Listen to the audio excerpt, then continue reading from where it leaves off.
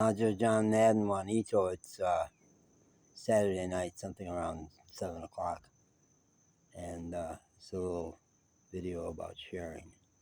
That's a short. Call that a short among the people.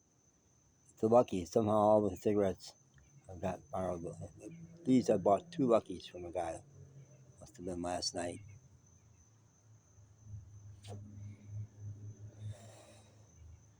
Down by Pritchard Park. I was going around. I had $1 left from the money Tom had given me. And I was going around waving $1 bill. I hate people who come up to you not knowing you and say, hey, you gotta smoke. Not for you, I don't know you. I only give them to my friends. I'm down to like 4. Stuff like that, that's what I'll say. But I was waving $1 bill and I said, $1 bill for a smoke. And nice young guy, street guy, said, I'll give you 2. And I had just passed a woman pretty crazy sitting by the chess area at Pritchard Park, just sitting there rambling to herself. But I took the risk of saying, I'll give you $1 for a cigarette. And she said, I haven't had that cigarette for a long time. I said, seems to be in a shortage of them around the whole town. So, but the very next guy said, I'll give you 2. I'll give you 2 for $1. So I put one of them up in my hat. That's the place to keep them safe. It was up in my hat. And I went back to, so now I had 2 cigarettes. And I had smoked half of it. Oh, that's right. That's where this comes from. I had smoked half of it and put the other half in my pocket and put the other whole one in my hat. I went back to the crazy lady and interrupted her again. I said, you know about magicians who pull a rabbit out of their hat? And I tipped my hat forward, and there was a cigarette in it. It made her happy. She stopped everything, took a cigarette, and she was momentarily happy. So that was nice. I want to tell 2 more stories from the last 24 hours about generosity in the middle of poverty and reaching out to others. Maybe I'll only remember one of them. The nurse this morning, I finally did go in the hospital this morning around 8, and the nurse was cool. She was really cool. I've told this story to Tom.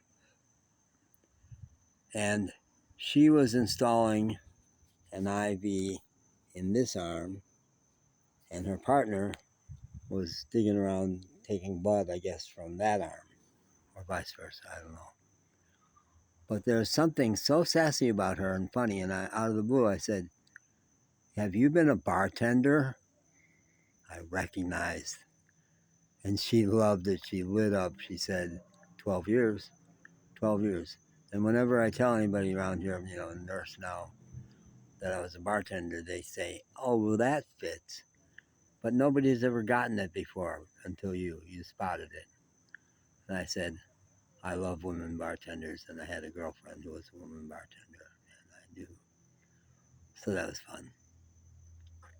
That was fun. I don't remember the other one, but, you're never too hard down to reach out to somebody else. She felt seen. She felt seen by me. And it was worth it. I felt in that moment like keeping on, keeping on.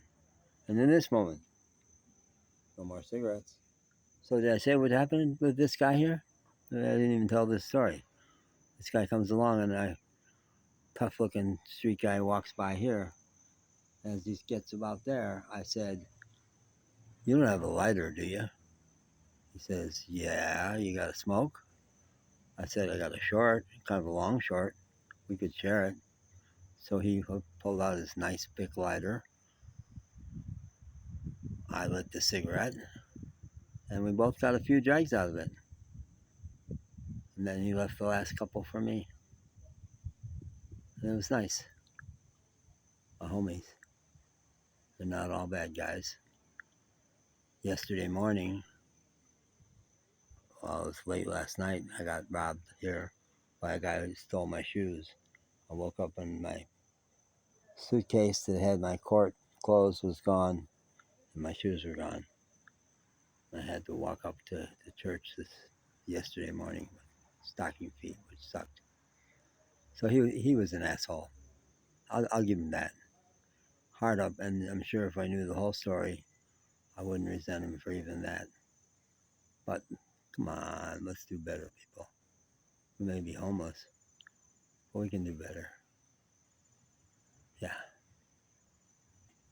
So I'll smile for that.